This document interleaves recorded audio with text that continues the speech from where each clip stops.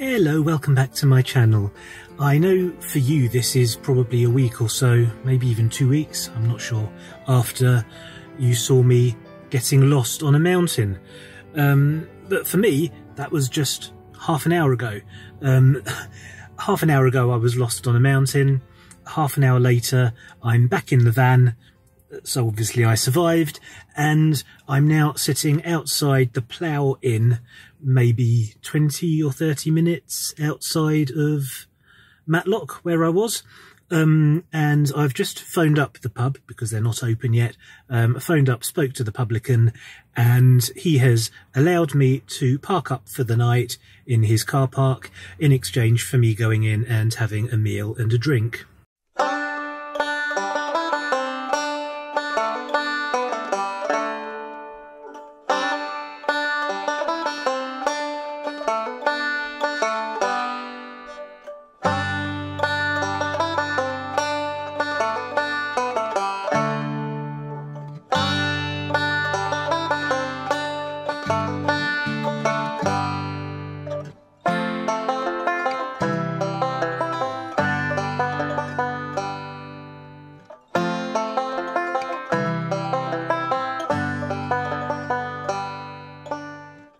So here I am at the Plough Inn.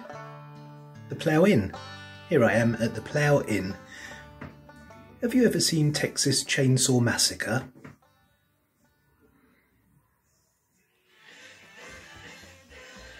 It's very strange being the only customer. I feel like being here is kind of inconvenient. But at the same time, I'm their only customer, so I feel very apologetic. I feel like I should be offering to do the washing up or something. It's very strange. It's a nice place. I like it.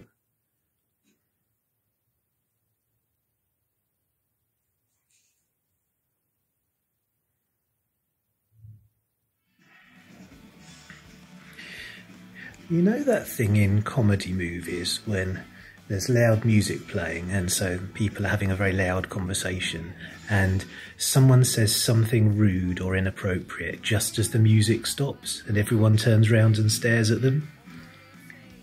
That just happened to me. I really like all the beams. I like all these wooden beams everywhere. I'm very partial to oldie worldy English architecture. Always have been. I like wood. Stop it. Stop it. I think the young guy who served me is really hot. The food here is exquisite. Marvellous. I absolutely loved my starter. And I've got a good feeling about my main course.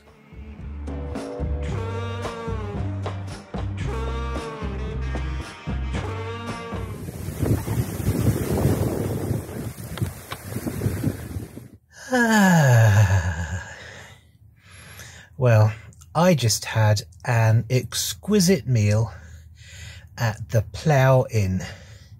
It's a lovely establishment. It's very, very rustic. It's 16th century, I think. I will confirm that with a caption. And they have really lovely service. They were kind enough to let me stay here. The young man who served me was just exemplary. He was brilliant. I have kind of a crush on him. He was rather lovely. The food was amazing. There wasn't quite enough of it for my taste because, well, I'm a big boy. So yeah, I could have easily eaten at least twice as much. And also it was a little bit overpriced. £17 for a beef burger and chips. Anyway, I'm going to go to sleep now because I'm exhausted, and I will catch up to you in the morning.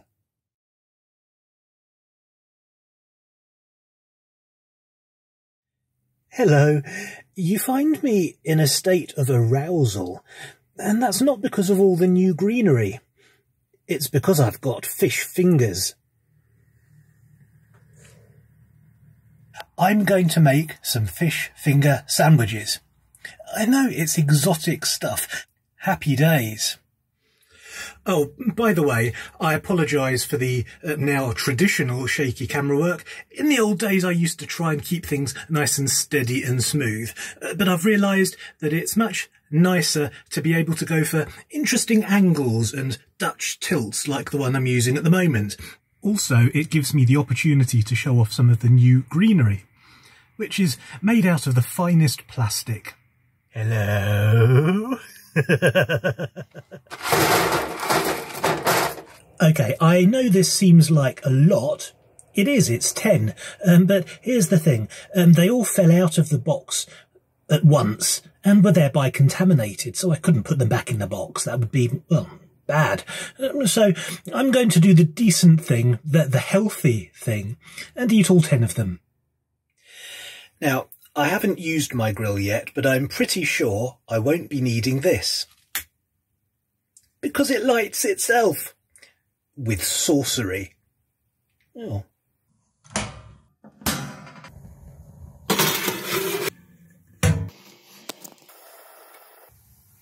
I'm frankly astonished at how good this grill is.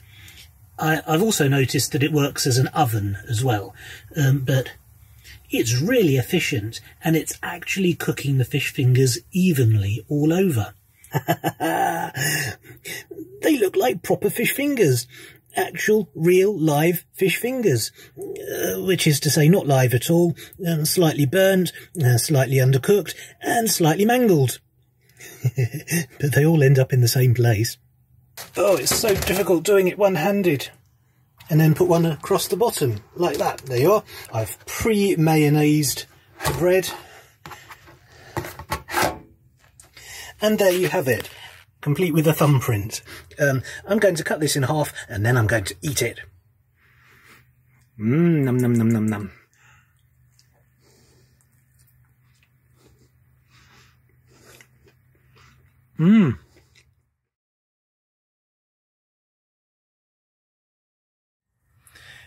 Is it macrame or macrame?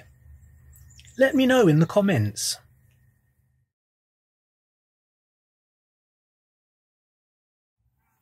The first thing I've noticed is that I absolutely love van life, and I'm very aware that van life isn't for everyone. A lot of people try it and don't like it because it's harder. Everything is harder when you're doing it in a van. Quite a bit harder, actually, and also a lot less comfortable. You have to be okay with shitting in a bucket. Well, I don't. I have a luxury 5-star bathroom in my van, which I don't use because I can't fit in it properly. But I do at least have a flushable toilet, and that's very nice. But you have to be okay with that sort. You have to be okay with emptying the thing. You also have to be okay with the fact that it can get quite chilly, although I'm lucky again. I've got a diesel heater, so I'm very lucky. I can warm the van up and it's actually toasty very, very quickly. It's quicker and easier and cheaper to heat the van than it is to heat my house. So that's actually a good thing. Finding park-ups is hard. England in particular is very unfriendly to van lifers. So lots of the places that would be beautiful and lovely to park in, you're not allowed to park in. So I'm loving van life. I have found that my mental health is improved just by being in the van. I love Willie. This is Willie, in case you didn't know. The van is called Willie, named by my husband. My house is home, but my house is kind of full of ghosts at the moment because it doesn't have my cats in it anymore. So it's actually, in a way, it's nice to be able to escape from the house into the van where there are no ghosts and where there's no absence, although there is an absence because I want more babies. But there lies another issue, which I'm struggling with, really struggling with at the moment. I'm a cat person. I really love cats, and I've always said I can't live without a cat in my life, at least one. No more than two. Two is perfect for me. However, I've been very unlucky with my cats. I've suffered a lot of early deaths, and each time it gets harder, and the last time was the hardest of all. Am I able to, mentally, psychologically, emotionally, am I able to put myself through that again? It's a really difficult decision. Which is worse, living without cats for the rest of my life, or living with them and suffering the inevitable grief that follows? So there's that. But there's also the fact that I've now started van life. I didn't do van life when I had cats before. But I have been watching so many van life channels where people take their cats on the road with them, and the cats love it, or they seem to anyway. They seem totally comfortable and relaxed in the van and wandering off and exploring woods and fields just like dogs. And the cats generally are on a lead, and they've been trained to be perfectly happy in a harness and a lead. So that started to make me think, maybe I could do the cat thing again and van life, and they're not mutually exclusive. And it would be really nice to have at least one four-legged companion. But do I get a cat, or do I get a dog? Or do I get one of each? I mean, one of each in many ways would be ideal. I love Campervan, Louise and Emily's channel. They've got a dog and a cat, and both of those animals go on the road with them, are on the road with them at the moment, travelling through Europe. So it can be done. But can it be done by me? Do I have the mental and emotional stability to take animals on the road? I really want a friend on the road. I'm kind of a lonely person. I'm not lonely for human company. I don't like humans very much. I'm misanthropic in an autistic sort of way. I find humans very difficult to be around, but I love animals, really love animals. So I'm lonely for animal company, and when I'm on the road, I think a dog would be the ideal companion to take on the road with me, but then I go, oh, I don't want a cat. So it's ideally it would be both, but also ideally without the extra cost, without the extra anxiety, etc. So it goes round and round in my head, and that's what I've been torturing myself with.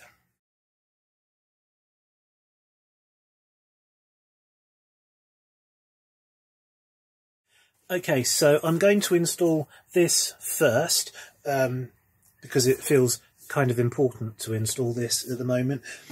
Anyway, let's have a look. Let's see what we've got here. Ooh. Now, the first thing I've noticed is there are stickers. They're back to front, so you won't be able to read them. But there are stickers that I can stick on my windows announcing the presence of security cameras. That is brilliant. In fact, this is my favourite part so far. Anything that I can use to deter a potential burglar is a good thing. That's a USB plug, which is reassuring. This camera is USB powered, which means that I can also power this camera off a power bank, a USB power bank, and that makes me very happy. So this also will not be draining the leisure battery. Got some sort of mounting plate, and we have the camera, and it's very nice. It's like a Dalek. Well, actually it's not. It's like that robot character in that film. What's this? Was it? I think it might be the depressed robot in the Galaxy. What's it called? Hitchhiker's Guide to the Galaxy by Douglas Adams. That film. A little bit like that. Or possibly like that Japanese robot that can walk up and down stairs and run and do stuff like that. Anyway, yes, it's a very nice looking camera. I'm hoping that I can mount it upside down like that from the ceiling. I need to download an app. This could take some time.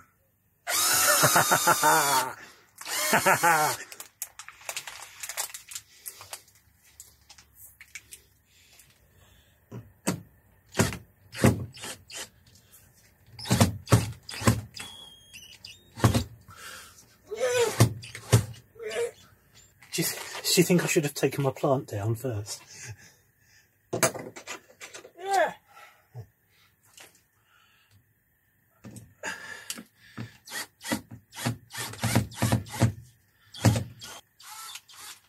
I forgot to charge the battery. Ow.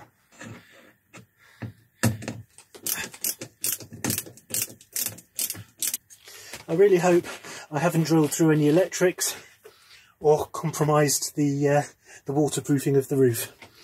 That would be bad. Now then.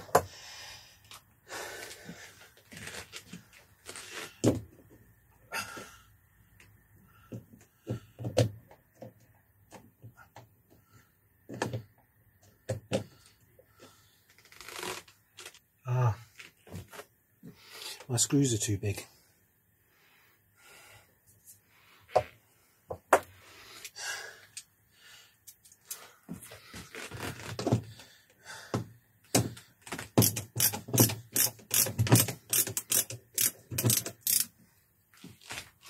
Basically, the heads on my screws are too big and rounded. The screws they provided are flat. My screws are preventing the camera from fitting on the mounting plate.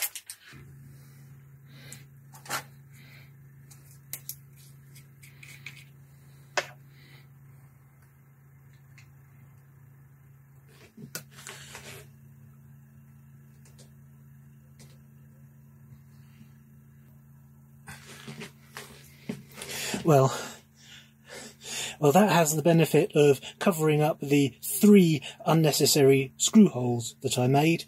It also has the benefit of actually being stuck to the ceiling now, but unfortunately it has the disadvantage of being that I now can't move it if I decide I want to move it, and also I really hope I got it in the right place first time, because I'm stuck with it now.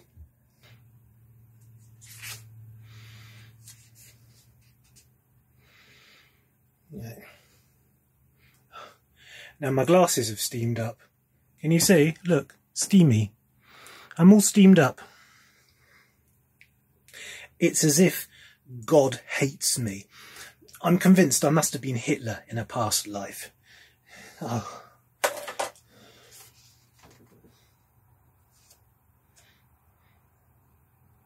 I can't read it at all. It's so small. It's teeny tiny ant writing. Ugh.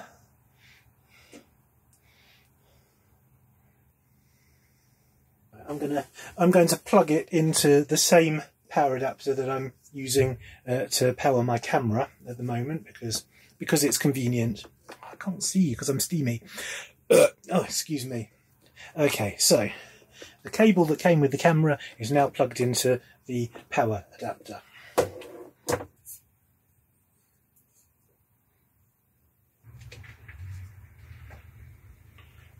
A red light has come on. That's a good sign. Look. Can you see where I've gone wrong? It says connect your smartphone to the app, blah blah blah. I can't do that because I'm filming on my smartphone. I do have other cameras, but I really didn't want to have to film this on multiple cameras because it's a pain in the arse. So I'm going to have to switch you off and then return to you once I've done this bit.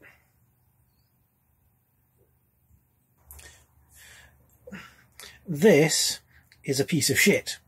The reason it's a piece of shit is because it wants to connect to a Wi-Fi network, and all my Wi-Fi is currently in my house. I haven't brought my router with me today. So I can't connect this to a Wi-Fi network, and even if I could, the main reason that this is a piece of shit is the instructions on the app told me, nothing in the booklet told me, but the instructions on the app told me that this will not connect to a 5G network. It will only connect to a 2.5G network. All of my routers are 5G or 4G, 4 or 5G. This This is a moron, and it can only connect to a 2.5G, so I think I might be fucked anyway. But when I get home, I'm going to try this with my home Wi-Fi network and see what happens. But I have a feeling that this might be going in the bin. So what this operation clearly demonstrates is that I am useless at literally everything. I brought a drill with me with a rundown battery that I hadn't thought to charge. I brought a screwdriver with me that was too big. I brought screws with me that were too big. I bought a camera that's shit. I superglued a big black piece of plastic to my ceiling before I realised that the camera was shit. So now I'm stuck with a big black piece of plastic on the ceiling. There are people parked next door to me making lots of noise. Everything sucks right now.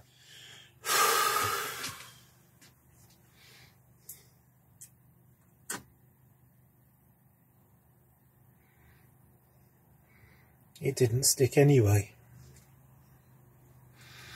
Well, at least I've now got 3 new holes in my ceiling. It seems that some sort of dreadful chemical reaction is now occurring. The glue that I put on the mounting plate has now had some sort of chemical reaction with the mounting plate. Everything in my life is shit. Okay, I've had an idea. With the day I'm having, I don't know whether it's a good idea or not, but I vaguely, in the dark recesses of my psyche, am conscious that toothpaste is a good thing for filling holes in walls. If you don't have polyfiller, or what I believe Americans call spackle. So I'm going to try and spackle my ceiling, or polyfill my ceiling, with toothpaste. This could be a terrible idea.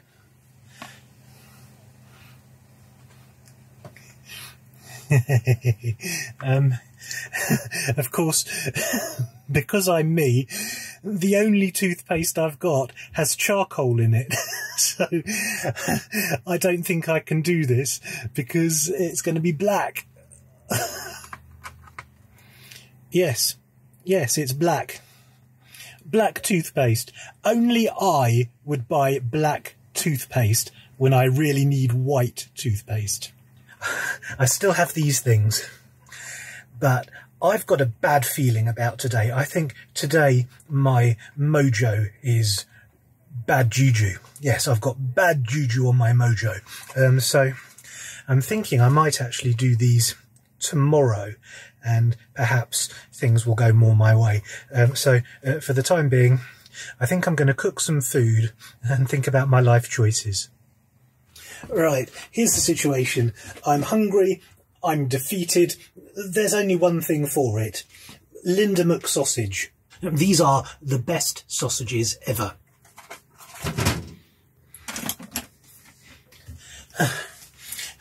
That was stressful. So those are in the oven, and if I don't burn the van down, I might have something to eat, and that'll make me feel better. Today has been a very trying day, and now I'm faced with the toughest thing of all.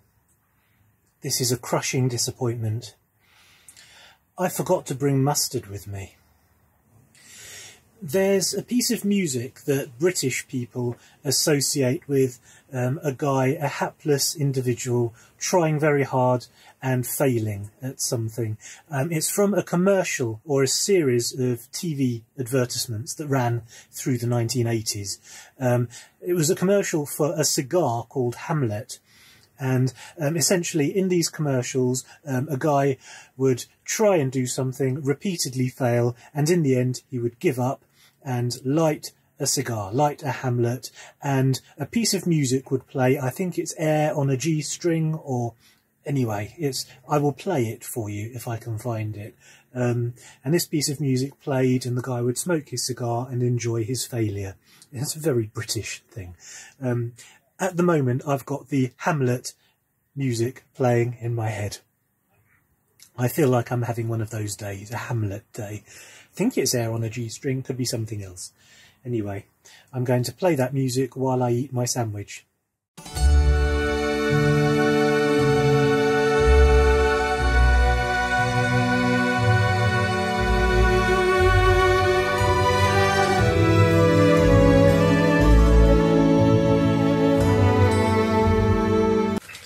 Today has been a shit day. Almost everything has gone wrong, but I am a conquering hero. I have snatched victory from the jaws of defeat. It works! It works! I have created light. I am all powerful. It's got settings and things. Look, I can do different stuff with it. Here's number 3. Number 4. 5. Oh. 6. There are 8 of these. 7. 8. Ah, you see, 8 is on all the time. I'm going to have a cup of tea and calm down. I meant coffee.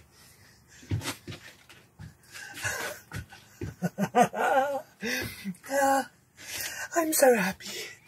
I'm so happy. And it's still daylight at the moment. Imagine what it's going to look like when it's dark. Anyway, on this jubilant note, I'm going to call it a day. Thank you very, very much for watching. I hope you enjoyed it. If you did and you haven't already, you know what to do. Please hit the subscribe button, hit the like button, share, comment, do all the good stuff, and I will see you next time. See you later.